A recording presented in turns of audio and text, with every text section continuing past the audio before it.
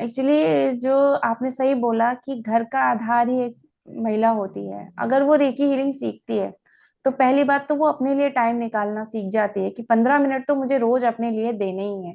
हम्म। और physical health से ज्यादा इम्पोर्टेंट मेरे हिसाब से, क्योंकि जो सफर मैंने किया है उसमें मेंटल हेल्थ भी उतना ही साथ देती है। अगर वो सामने वाला अपने लिए 15 मिनट निकाल के पूरे दिन एनर्जेटिक फील करता है, मेंटल हेल्थ में बहुत उसके चेंजेस आ रहे हैं। हर किसी से प्यार से बात करना या उसको समझ में एक्सेप्ट करना आ जाता है कि नहीं, यहाँ मेरी गलती है, यहाँ मेरी गलती नहीं है। हम्म। एक्सेप्टेंस आ जाती है और लेट गो करना आ जाता है। हम्म। तो फिर यही आधार है घर, किसी भी घर को चलाने का, कि हम्म। आपको एक्सेप्टेंस आनी चाहिए कि नहीं, ये इंसान ऐसा ही है, इसके साथ मुझे ऐसे रहना है। उससे लड़ झगड़ के मेरी चीजें नहीं सॉल्व होने वाली हैं। क्योंकि हम्म। हर एक घर में कुछ ना कुछ उतार चढ़ाव आते ही हैं, हर जी। एक फैमिली में होते हैं। हम्म। तो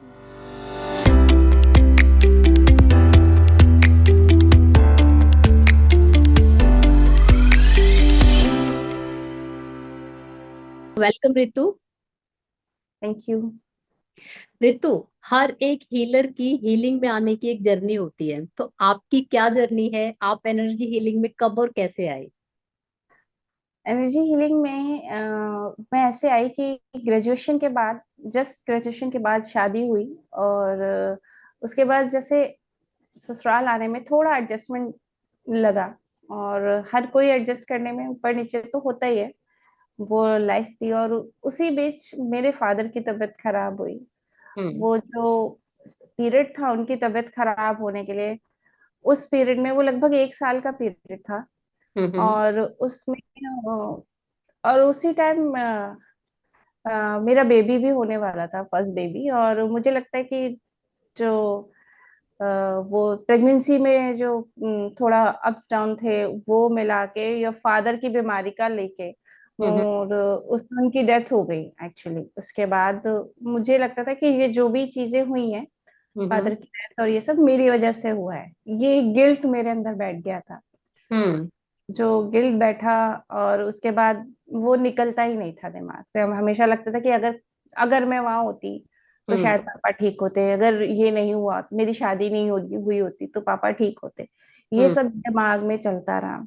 हम्म। और उसके बाद कुछ टाइम के बाद मेरे हस्बैंड का ट्रांसफर हुआ दिल्ली, लखनऊ से दिल्ली ट्रांसफर हुआ। हम लोग नोएडा शिफ्ट हुए। हम्म। जब नोएडा शिफ्ट हुए तो वहां पे भी मुझे ये सफरिंग चलती जा रही थी कि बस हर टाइम, जैसे बच्चा छोटा था हम्म। और हस्बैंड मेरे बाहर चले जाते तो घर पे फिर कुछ रह नहीं जाता था करने के लिए या बात करने के लिए। तो हम्म। अकेले अकेले ही मन में ये भी चलता रहता था कि नहीं, ये जो हुआ है वो मेरे कारण हुआ, ये जो हुआ है वो मेरे कारण। तो हम्म। कहते हैं कि ब्लेम गेम में अपने साथ ही चल रहा था।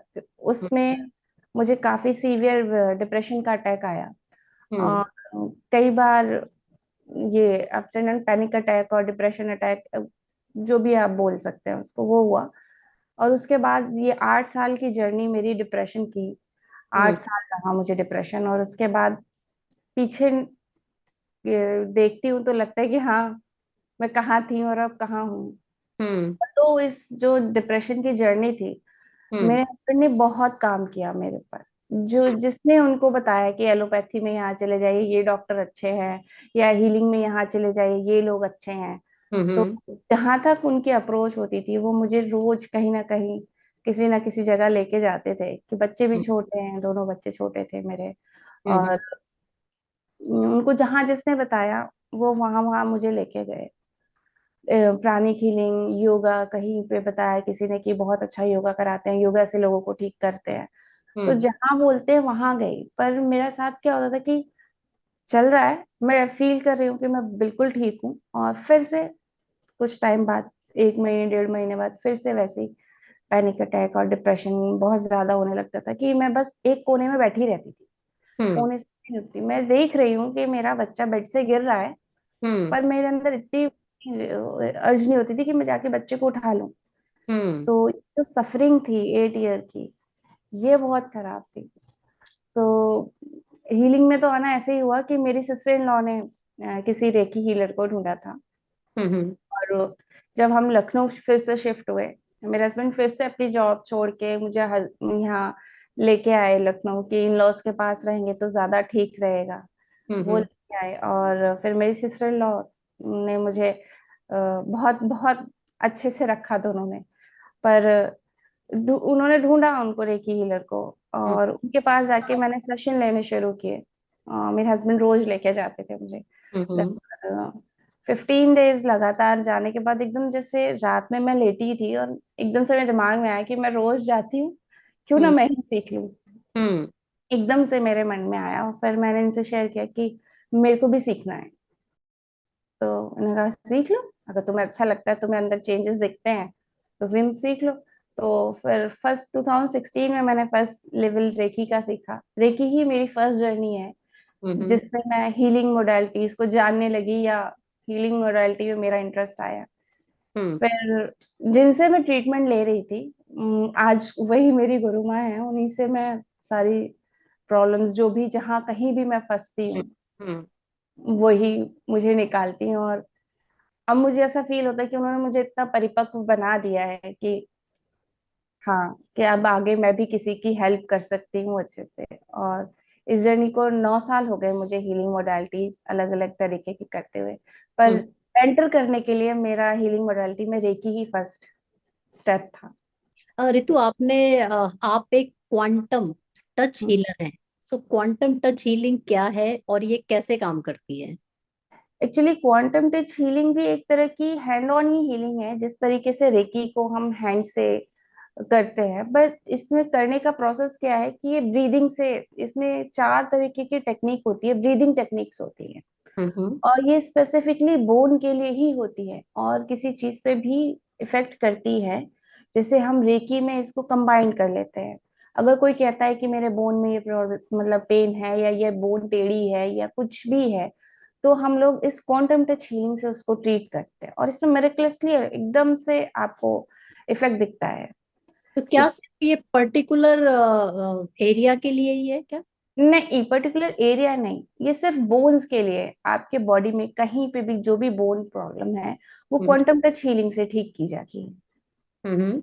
इसमें ब्रीदिंग टेक्निक्स होती हैं, जो 4-2 4-6 इस तरीके की टेक्निक्स होती है, फायर ब्रीदिंग। उस एरिया को देखते हुए, उस सिवियरिटी को देखते हुए, बॉडी में उसके पेन को देखते हुए, कि कितना पेन है क्लाइंट को, कैसा है हम्म। एरिया में, सूजन है या क्या है, उस हिसाब से हम क्वांटम टच हीलिंग दी जाती है। मेनली ये बोन प्रॉब्लम्स के लिए ही हीलिंग होती है। ये तो और इसको थोड़ा ब्रीदिंग सा आप टेक्निक, एक्सप्लेन करेंगे, किस तरीके के बोन इश्यूज, क्या जॉइंट इश्यूज जो जॉइंट में ज्वाइंट पेन होता इश्यूज भी हैं, या कभी कभी है? क्या होता है, इंजरीज हैं। कभी हम्म। कभी क्या होता है, किसी की बोन ही टेढ़ी है, बाय बर्थ ही बोन टेढ़ी है, हम्म। तो उसको मतलब 80% तक उसको रिलीफ मिलता है क्वांटम टच हीलिंग से। हम्म। जो मान लीजिए बोन टेढ़ी है किसी की, और हम्म। उस पर लगातार ब्रीदिंग, उसको विदाउट ब्रेक 21 डेज हम लोग कहते हैं हम्म। हीलिंग लेनी चाहिए। तो उसमें वो जब आता है, तो उसकी बोन जो टेढ़ी हो रखी होती है, वो धीरे धीरे स्ट्रेट होना शुरू हो जाती है। हम्म। तो काम करना शुरू कर देती है। जो बोन एकदम, मान लीजिए पैर एक्सीडेंट में टूट गया है और नहीं जुड़ रहा है, तो उसमें बहुत जल्दी रिकवरी मिलती है उससे। हम्म। क्वांटम टच हीलिंग एक मिरेकल, एकदम ऐसे हीलिंग है जो मतलब लोगों को पहले बिलीव नहीं होता है जब तक वो हम्म। इसके बारे में सुन रहे हैं। क्योंकि जिसने इसको लिया है, हीलिंग को लिया है, उसको फायदे हुए हैं, फिर हम्म। वो एक एक से दूसरे के पास पहुंचती है बातें, तो हम्म। लोग आते हैं उसके लिए। क्वांटम टच हीलिंग वाकई ही बोन के लिए तो एक समझ लीजिए वरदान है। अभी इस हीलिंग के बारे में सबको पता नहीं है, हाँ जी। हमें बहुत कम लोगों को इसके बारे में पता है।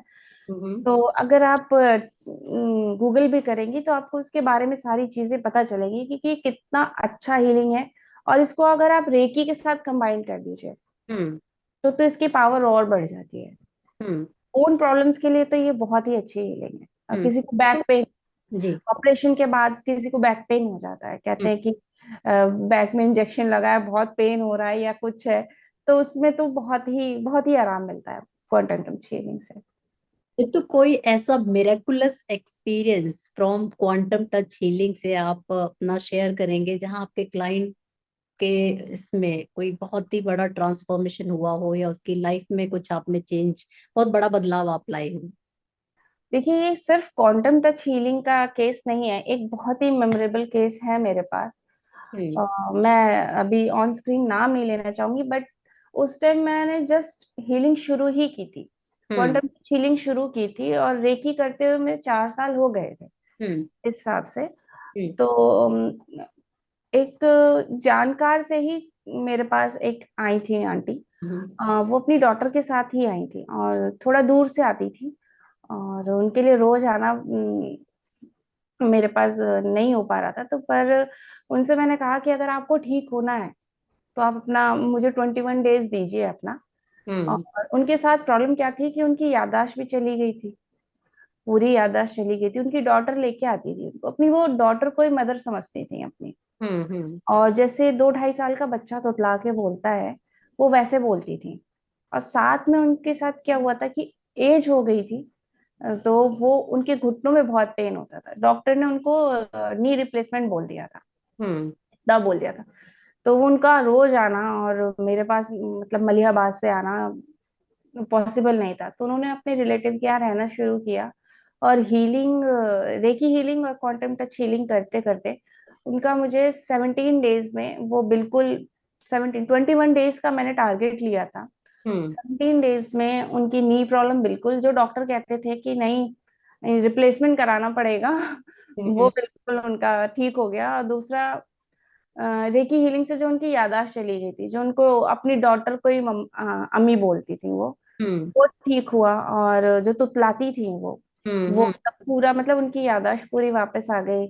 जो भी ट्रॉमा रहा होगा वो उनका, उससे वो बाहर निकली। फर्स्टली तो ट्रॉमा से बाहर निकलना ही बहुत बड़ी बात होती है, आप किसी ट्रॉमा से निकलो। जी। उनके साथ कुछ था बैक हिस्ट्री, और वो ट्रॉमा के कारण वो ऐसे उनकी याददाश्त चली गई थी, और बिल्कुल तुतलाना, जैसे 2-2.5 साल का बच्चा बोलता हो वैसे बात करती थी। तो 17 डेज में वो बिल्कुल ठीक हुई। मैंने इनसे कहा कि अब आने की आपको जरूरत नहीं है, आप हम्म। बिल्कुल ठीक हो। आप वैसे मिलने आना चाहते हो तो बात अलग है, पर हीलिंग के लिए अब आपको हीलिंग की जरूरत नहीं है। तो वो लोग आज भी मेरे टच में हैं, जो भी हम्म। कुछ प्रॉब्लम पड़ती है तो वो लोग पूछते हैं, और मुझे अच्छा लगता है कि हाँ, कोई सलाह ले रहा है तो मैं उसकी मदद कर पा रही हूँ।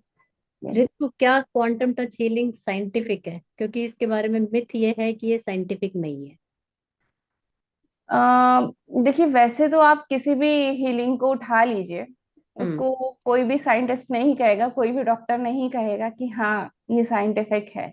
हम्म। ऐसे ही क्वांटम टच हीलिंग है। बट आप ये देखिए, आज के समय में, पहले लोग योगा को, इंडिया में कोई योगा इंडिया से ही जनरेट हुआ, और इंडिया में ही नहीं कोई मानता था कि योगा कोई चीज है। हम्म। जब वो बाहर चली गई, विदेश चली गई, तो योग से वो योगा हो गया।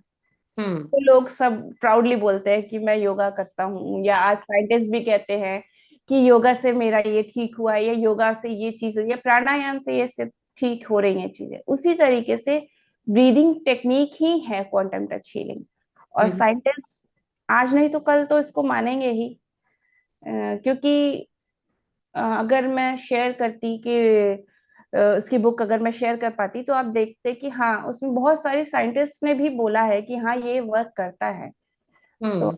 आज नहीं तो कल तो कभी ना कभी लोग इसकी तरफ भी आएंगे कि हाँ, ये साइंटिफिक तरीके से प्रूव होगा कि अवेयरनेस होगी और देखेंगे अवेयरनेस दूसरे होगी। लोगों हाँ। की लाइफ में चेंजेस हो रहे हैं, तो वो खुद भी इसको यूज बिल्कुल। करेंगे, बदलाव एक्चुअली ला। इंडिया में अभी इसके बारे में ज्यादा कोई जानता नहीं है। जी। तो जब इसकी अवेयरनेस आएगी तो धीरे धीरे सब जानेंगे, तो और लोग भी पता चलेगा कि हाँ, ये कितना अच्छे से काम करती है। बोन प्रॉब्लम्स आजकल हर किसी को, हर दूसरे इंसान को बोन प्रॉब्लम्स होती हैं। हम्म। हम्म। कोई कहता है कि मेरा हाथ दर्द हो रहा है, फ्रोजन शोल्डर हो गया, या कुछ प्रॉब्लम हो रही है। तो हम्म। इसकी बिल्कुल बहुत अच्छे से, अगर आप ठीक से ट्रीटमेंट लेते हैं, या आप खुद भी सीख के अच्छे से अपना रोज प्रैक्टिस करते हैं, तो आपको बिल्कुल इससे फायदा तो मिलता है। तो ऋतु, एनर्जी हीलिंग में बहुत सारी मॉडलिटीज हैं, तो आपके हिसाब से सबसे बेस्ट हीलिंग टेक्निक क्या है जिसका सबसे अच्छा रिजल्ट, अच्छा और फास्टर रिजल्ट्स आते हैं? देखिए, मैं ये नहीं कहूंगी कि ये मोडेलिटी अच्छी है या ये मोडेलिटी अच्छी नहीं है, या ये इससे रिजल्ट आते हैं या इससे नहीं आते हैं। हम्म। आप जिस भी मोडेलिटी को आप पूरे विश्वास से करेंगे, तो उससे आपको रिजल्ट आने ही आने हैं। और हम्म। रिजल्ट के लिए आपको पहले क्या है कि उस प्रॉब्लम का रूट कॉज पता होना चाहिए, कि हम्म। रूट कॉज क्या है। हम्म। अगर आप किसी भी मोडालिटी से करते हैं, चाहे आप रेकी से करते हैं, चाहे प्राणिक हीलिंग से करते हैं, चाहे आकाशिक से करते हैं, अगर आपको उसका रूट कॉज नहीं पता है तो आप कितने भी दिन हीलिंग करते रहिए, मुझे हम्म। लगता है कि आपको देर से ही फायदा मिलेगा। अगर आपको उसका रूट कॉज पता है, हम्म। और रूट कॉज पता होने के बाद आप हीलिंग स्टार्ट करवाते हैं या करते हैं, हम्म। तो आपको मिरेकलसली एक एक मेरा मानना है, मैंने तो देखे हैं रिजल्ट, 15 डेज में आपको रिजल्ट मिलते हैं। अगर आप उसको बिलीव करके, अगर आपको बिलीव ही नहीं है किसी चीज पे, हम्म। तो फिर आपको हीलिंग मोडालिटीज में नहीं आना चाहिए, अगर आपको इन सब चीजों में बिलीव नहीं है। हम्म। थोड़ा सा क्या होता है कि आपको थोड़ा अपने मन को बनाना पड़ता है हम्म। कि नहीं, जैसे मैं डॉक्टर की मेडिसिन ले रहा हूँ, एक बार ये भी करा के देखूं, क्या पता मुझे इससे फायदा मिले। हम्म। तो हीलिंग मोडालिटी, किसी भी मोडालिटी में जाइए, आपको फेथ होना चाहिए, और उस फेथ के जरिए आपको जल्दी इलाज आपका होता है उसमें। तो आपके पास किस तरीके की प्रॉब्लम्स लेके आपके क्लाइंट्स आते हैं, और आप उनके ओवरऑल ट्रीटमेंट के लिए किस तरीके की मॉडलिटीज को कंबाइंड करती हैं? एक्चुअली जब सामने पेशेंट आता है, क्लाइंट आता है, तो उसकी पहले तो मुझे उसकी पूरी रूट कॉज जानना होता है कि वो हम्म। रूट कॉज क्या है, क्या प्रॉब्लम लेके आया है। अगर डिप्रेशन है, या फिर कुछ उसका कुछ लूप बना है, किसी कर्मास की वजह से कुछ लूप चले जा रहे हैं जो आगे नहीं, और कुछ लाइफ में ठीक चलता है, फिर कई लोग कहते हैं मेरी लाइफ कुछ टाइम तक ठीक चलती है, फिर उसके बाद फिर वही पैटर्न शुरू हो जाता है, वही कुछ ना कुछ प्रॉब्लम आती रहती है। हम्म। तो वो क्यों आ रही है, वो पैटर्न ऐसा क्यों बंधा हुआ है उसके साथ, ये उसका रूट कॉज को जानना होता है। हम्म। तो उस टाइम जब उसकी पेशेंट को आप पेशेंटली सुनो, हम्म। आपने क्लाइंट की सारी बात पहले अच्छे से सुनी, हम्म। तो आधा तो ठीक वो वैसे ही हो जाता है, क्योंकि उसको सुनने वाला कोई नहीं होता है सामने। जी। जितने भी हीलर्स होते हैं, जितने भी हीलिंग मोडालिटी में है, वो हम्म। एक तरीके के काउंसलर भी होते हैं। वो आपको तसल्ली से सुनते हैं, अगर सामने वाला आपको तसल्ली से सुन रहा है तो आपकी आधी प्रॉब्लम तो वैसे ही ठीक हो जानी है। हम्म। फिर उस हिसाब से ये धीरे धीरे काम करते करते अब तो मतलब एक्सपीरियंस हो गया है, और हम्म। कुछ इंट्यूशन भी होता है कि पता चलता है कि हाँ, इसको कौन सी मोडालिटी ज्यादा फायदा करेगी, तो हम्म। मैं उसी हिसाब से उसका ट्रीटमेंट करती हूँ। हम्म। तो अपने क्लाइंट्स का ट्रीटमेंट करने के लिए डायग्नोसिस का आप और क्या मेथड आप अडॉप्ट करती हैं?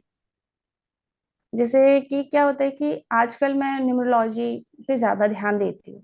हम्म। तो मैं सामने वाले से पूछती हूँ कि डेट ऑफ बर्थ क्या है आपकी। Date hmm. ऑफ बर्थ पूछने से मैं उसका पर्सनल ईयर या पर्सनल मंथ देख लेती हूँ कि उसके साथ क्या प्रॉब्लम चल रही है, या इस साल उसका कौन सा ईयर चल रहा है, कि अगर प्रॉब्लमेटिक ईयर है या कोई बून ईयर है, तो उस हिसाब से भी आपको आधी चीज तो वैसे ही पता चल जाती है कि इस टाइम ये क्या सफर कर रहा होता है इंसान। तो हम्म। इस हिसाब से आपकी कौन सी हीलिंग मोडेलिटी जाएगी, या आकाशिक जाएगी, या टैरो से ही उसको सोल्यूशन मिल जाएंगे, या फिर उसको न्यूमरोलॉजी से कुछ सोल्यूशन देना है, या रेकी में आना है, या क्वांटम देना है, ये उसकी डेट ऑफ बर्थ से ही काफी चीजें पता चल जाती हैं।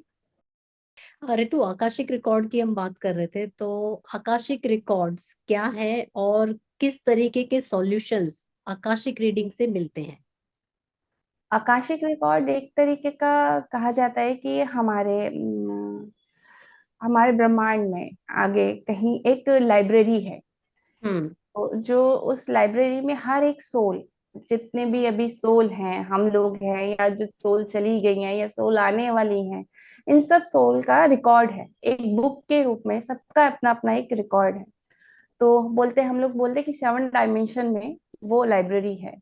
तो हम्म। उस लाइब्रेरी में जब सामने वाला हमसे पूछता है कि हमसे पूछते हैं कि आपकी प्रॉब्लम क्या है, अगर वो कहते हैं कि नहीं मुझे आकाशिक से ही सोल्यूशन चाहिए, तो फिर हम उसको आकाशिक से सोल्यूशन देते हैं।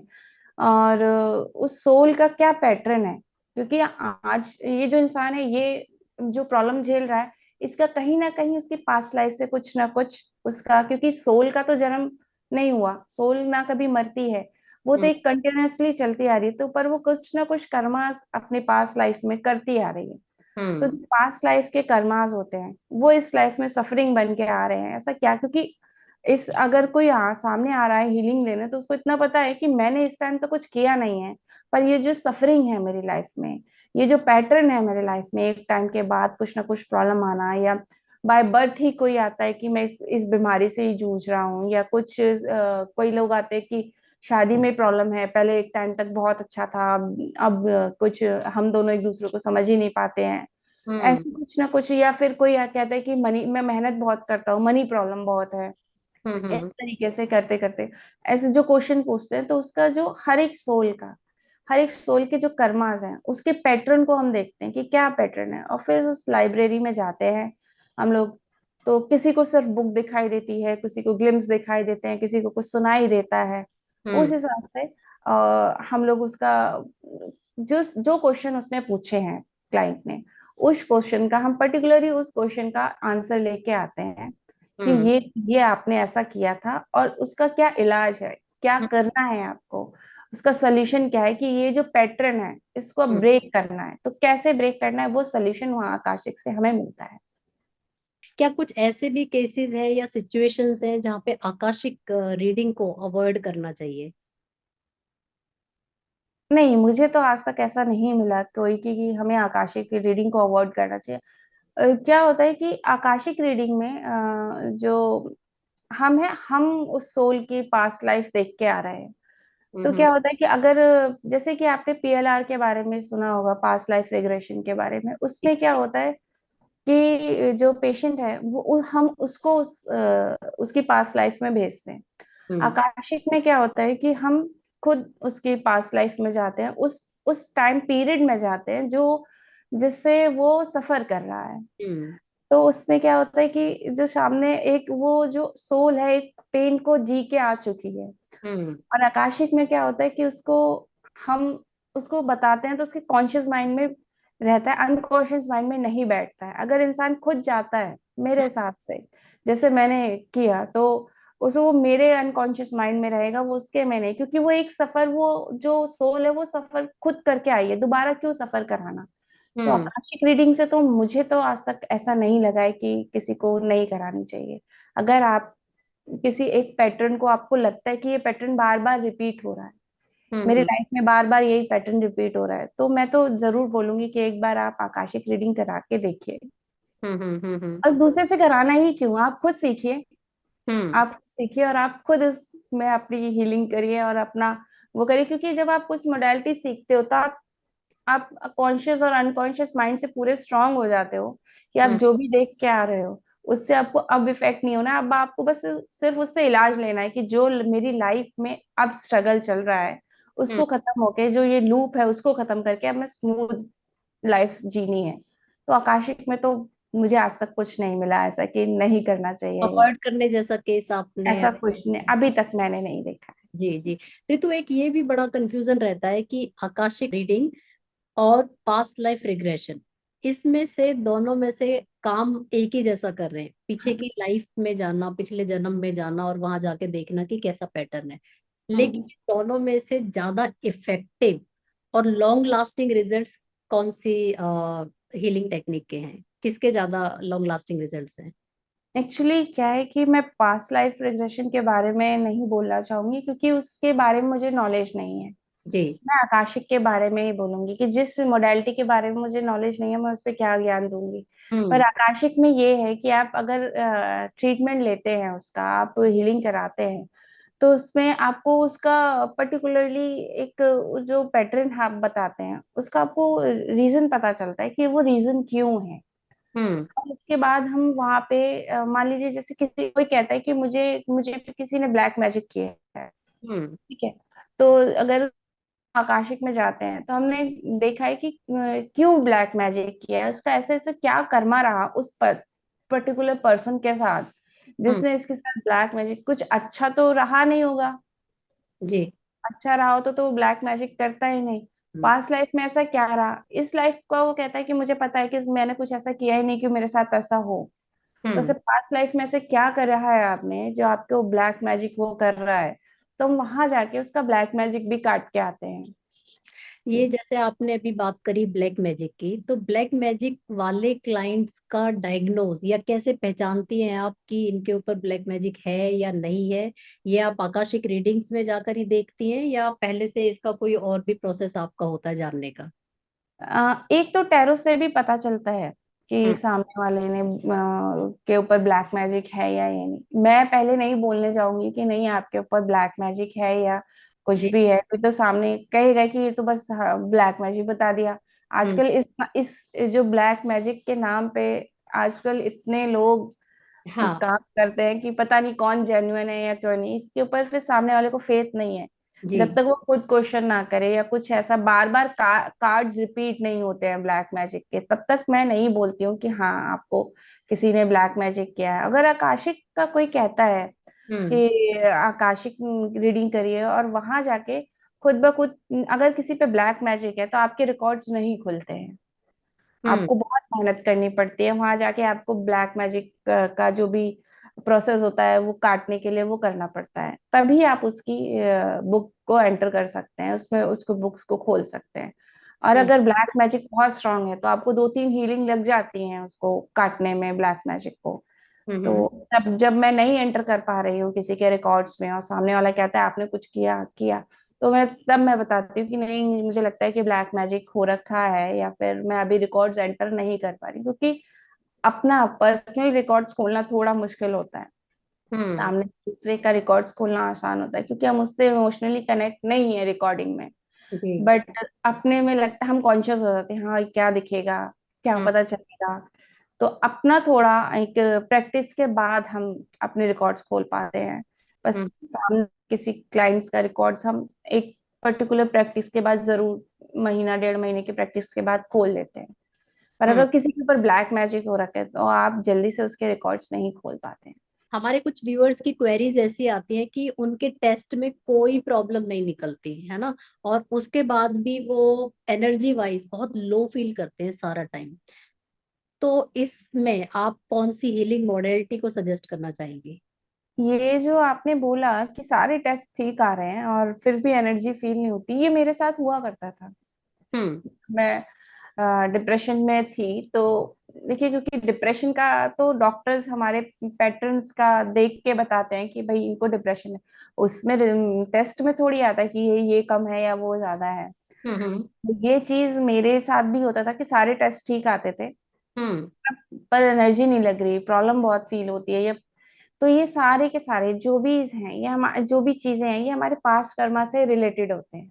हम्म। एनर्जी नहीं लग रही है तो आप रेकी सीखिए, एनर्जी उस पर खूब आती है। आपको आप आपने एनर्जी हीलिंग को आप फील करना शुरू करेंगे, जब रेकी को फील करना शुरू करेंगे तो आपको वैसे ही जो आपका पैटर्न है कि मतलब बिल्कुल लथार्जिकनेस रहती है बॉडी में या कुछ भी, तो आप रेकी करिए, बिल्कुल आपको उसका मिरेकुलसली आपको उसमें शुरुआत चेंजेस रेकी से देखेंगे। करें, शुरुआत रेकी से करें इसके। हाँ, हम्म। क्योंकि आप सीखिए, दूसरे से ट्रीटमेंट लेने से अच्छा आप सीखिए। मैं तो हम्म। कहती हूँ सबको रेकी फर्स्ट लेवल तो सबको सीखना चाहिए और हम्म। उसको रिलीजियसली प्रैक्टिस करनी चाहिए। कि मैं ये नहीं, कुछ लोग होता है कि सीख लिया, आओ चलो आज जोश आया आज हमने रेकी सीख ली, हम्म। पर सीखने से कुछ नहीं होता है कि आप उसको प्रैक्टिस करिए। क्योंकि हम्म। रेकी मोडालिटी ऐसी है कि वो भी चूज करती है, आप नहीं चूज करते हो रेकी को, हम्म। रेकी आपको चूज कर रही है। हर कोई रेकी नहीं सीख सकता है, जब तक उसके कर्मा उसको अपने कर्मा को भोगना लिखा है तब हम्म। तक आप किसी की हीलिंग मोडालिटी में नहीं जा सकते हो, क्योंकि आपको उतने कर्मा भोगने हैं। क्योंकि ये जो कर्मास हैं ये हमें गॉड ने दिए हैं कि ये जो जितने भी हीलिंग मोडालिटी है ये कर्मा काटने के लिए ही गॉड ने बनाए हैं। ये हम्म। भगवान ने बनाए ही इसलिए कि आप अपना इतना टाइम जो सफरिंग थी आप झेल चुके हो, हम्म। और अब माइंड में आए कि मैं कुछ ऐसा सीख लेता हूँ जिससे मेरा ये पैटर्न खत्म हो। तो हम्म। मेरा तो मानना यही है कि जब तक आपकी सफरिंग लिखी है आप कोई हीलिंग मोडालिटी नहीं सीख सकते, या फिर सीख के भी आप उसको प्रैक्टिस नहीं कर सकते। हम्म। हम्म। सीखिए और उसको प्रैक्टिस कीजिए। तो हम्म। जो आप बताते हैं कि लेथार्जिकनेस है या बॉडी में कोई भी प्रॉब्लम है, आप हम्म। रेकी सीखिए, आप प्राणिक हीलिंग सीख सकते हैं, कोई ना कोई हीलिंग मोडालिटी आप सीखिए। तो जी। आपको जो बॉडी में तो प्रॉब्लम, कितना समय लगता है लेवल वन सीखने के लिए? लेवल 1 सीखने में आपको 2 दिन लगते हैं। फर्स्ट डे हम लोग थ्योरी सिखाते हैं, सेकंड डे अट्यूनमेंट देते हैं। हम्म। बस 2 दिन, फर्स्ट डे तो मतलब लेवल 1 सिर्फ 2 दिन में हो जाता है। अगर आपको मतलब आप 2 दिन नहीं आ सकते हो तो आप फर्स्ट डे ही 3 घंटा निकालिए, आप 2 घंटे की थ्योरी हो गई, 1 घंटे में अट्यूनमेंट और जो भी प्रोसेस होता है वो हो जाता है। हम्म वैसे मैं 2 दिन का प्रोसेस लेती हूँ, क्योंकि 2 घंटे थ्योरी में ही इंसान सामना थक जाता है। ये थ्योरी उसको समझना भी जरूरी है कि भाई रेकी क्या है, कहाँ से जनरेट हुई है, ये काम क्या करती है। ये हम्म सब समझने में भी उसको प्रोसेस पूरा 2 घंटा लग जाता है थ्योरी में। और उसके बाद 21 डेज की सेल्फ हीलिंग होती है, हम्म जो हमें खुद के लिए सेल्फ हीलिंग करनी होती है। तो प्रॉपर 1 लेवल में तो आप 2 दिन क्लास हो जाती है, पर 21 डेज आपको सेल्फ हीलिंग करते हैं, तो ये फर्स्ट लेवल का। इसमें लाने के लिए। हाँ, रिदम में लाने के लिए। और हम्म फर्स्ट लेवल में ही आप जब सीखते हो ना, आपकी मतलब 80% problem, 90 to 80% problem first level में ही ठीक हो जाती है। जो भी हम्म प्रॉब्लम लेके आप कोई भी सफरिंग आप उसको सीखते हैं, तो आपकी प्रॉब्लम काफी हद तक ठीक हो जाती है। हम्म इसीलिए मैं कहूंगी, आप ट्रीटमेंट लेना है तो ट्रीटमेंट लीजिए, बट फर्स्ट लेवल वो जो सिर्फ सिर्फ अपने लिए होता है, हम्म सेल्फ हीलिंग के लिए फर्स्ट लेवल होता है, तो आप फर्स्ट लेवल तो सबको ही सीखना चाहिए। बिल्कुल ठीक कहा ऋतु आपने। और जैसे आपने बताया कि हर किसी को सीखना चाहिए, तो जैसे हम जानते हैं कि एक लेडी घर का सेंटर होती होती है। जी। जी। लेडी के अराउंड पूरा घर, पूरी फैमिली उसके अराउंड घूमती है। तो एक लेडी अगर रेकी हीलिंग सीखती है तो उसको क्या फायदा होगा, और पूरी फैमिली को उससे क्या फायदा होगा? एक्चुअली जो आपने सही बोला कि घर का आधार ही एक महिला होती है। अगर वो रेकी हीलिंग सीखती है, तो पहली बात तो वो अपने लिए टाइम निकालना सीख जाती है कि 15 मिनट तो मुझे रोज अपने लिए देने ही है। हम्म और फिजिकल हेल्थ से ज्यादा इम्पोर्टेंट मेरे हिसाब से, क्योंकि जो सफर मैंने किया है उसमें मेंटल हेल्थ भी उतना ही साथ देती है। अगर वो सामने वाला अपने लिए 15 मिनट निकाल के पूरे दिन एनर्जेटिक फील करता है, मेंटल हेल्थ में बहुत उसके चेंजेस आ रहे हैं, हर किसी से प्यार से बात करना, या उसको समझ में एक्सेप्ट करना आ जाता है कि नहीं, यहाँ मेरी गलती है, यहाँ मेरी गलती नहीं है, हम्म एक्सेप्टेंस आ जाती है और लेट गो करना आ जाता है। हम्म तो फिर यही आधार है किसी भी घर को चलाने का, कि हम्म आपको एक्सेप्टेंस आनी चाहिए कि नहीं, ये इंसान ऐसा ही है, इसके साथ मुझे ऐसे रहना है। उससे लड़ झगड़ के मेरी चीजें नहीं सॉल्व होने वाली हैं, क्योंकि हम्म हर एक घर में कुछ ना कुछ उतार चढ़ाव आते ही हैं, हर जी। एक फैमिली में होते हैं। हम्म तो मुझे तो कहना चाहिए कि हर फीमेल, हर ह्यूमन बीइंग को ये रेकी हीलिंग सीखनी चाहिए, चाहे वो फीमेल हो, चाहे मेल हो, चाहे हाउस वाइफ हो, चाहे वर्किंग हो। हम्म। सबको कम से कम फर्स्ट लेवल तो रेकी हीलिंग अपने लिए सीखनी चाहिए।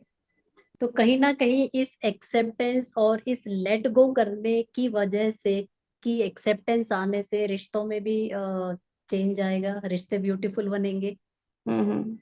एक्चुअली क्या होता है कि हर आत्मा का अपना एक पैटर्न होता है, हम्म अपना अपना एक सोचने का, एक समझने का तरीका है। वो हम दूसरे पे नहीं थोप सकते हैं। हम्म ठीक है। तो बस उसको समझना कि ये उसके कर्मा है, हम्म वो उस तरीके का है, या उसका करने का स्टाइल ही यही है, तो हम्म मैं अपनी एनर्जी क्यों लगाऊं। हम्म जाने, लेट गो। जब आप लेट गो करना सीख जाते हैं, तो मेरे हिसाब से तो सारी प्रॉब्लम ही वहीं खत्म हो जाती है। किसी भी घर में या किसी ऑफिस में भी बहुत लोग होते हैं कि मान लीजिए मैंने कोई काम किया, मेरा क्रेडिट कोई और ही ले गया, हम्म तो ठीक है, ये उसके कर्मा है। और फिर आप जब उस चीज को इंटेंशन देते हो कि नहीं, मेरा काम तो कोई और ही ले जाता है, हम्म आपको फिर वो आपका काम हमेशा कोई और ले जाएगा। और अगर आप इस चीज को इंटेंशन देते हो, नहीं, अपनी अच्छी चीज को इंटेंशन दे रहे हो कि नहीं, मेरा काम मेरा है, मैंने किया है, ये मेरे तरीके से है, आज नहीं तो कल मुझे इसका रिजल्ट मिलेगा। ऊपर तो कोई देख रहा है ना, हम्म हम्म कर्मास तो कोई देख रहा है ना, हम्म उसका कहीं और। लाइफ में कहते हैं ना, स्वर्ग और नर्क सब यही है, कहीं यही। और जाके नहीं है। हम्म तो वो जो चीजें हम कर्मा आज कर रहे हैं, तो उसका आज नहीं तो कल फल मिलना ही है, चाहे वो अच्छा हो चाहे खराब हो।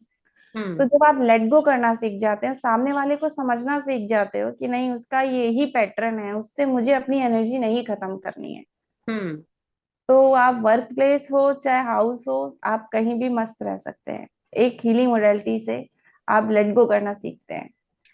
ऋतु, कहीं ना कहीं जैसे अभी आपने बताया कि एक एक्सेप्टेंस आ जाती है, लेट गो करना आ जाता है। तो कई बार इस एक्सेप्टेंस को बड़ा ही मिस यूज किया जाता है रिजाइंड केसेस में। कई बार हम रिजाइंड हो जाते हैं, छोड़ देते हैं, अरे ये तो सब कर्मा की वजह से है, ये तो सब ठीक है, वो बंदा ऐसा ही है, चलो छोड़ दो। और कहीं ना कहीं जो हमें काम करना होता है, हम उसको सिर्फ या तो अपनी तकदीर के भरोसे या अपने कर्मा के भरोसे छोड़ देते हैं। तो कहाँ पे हमें ये समझना चाहिए कि ये एक्सेप्टेंस नहीं है, कहाँ पे हमें इसको एज अ रेजिग्नेशन से देखना है कि यहाँ पे रिजाइंड हो रहे हैं, नहीं हमें ऐसे नहीं छोड़ना है इसको, हमें उस पर कुछ काम करना है।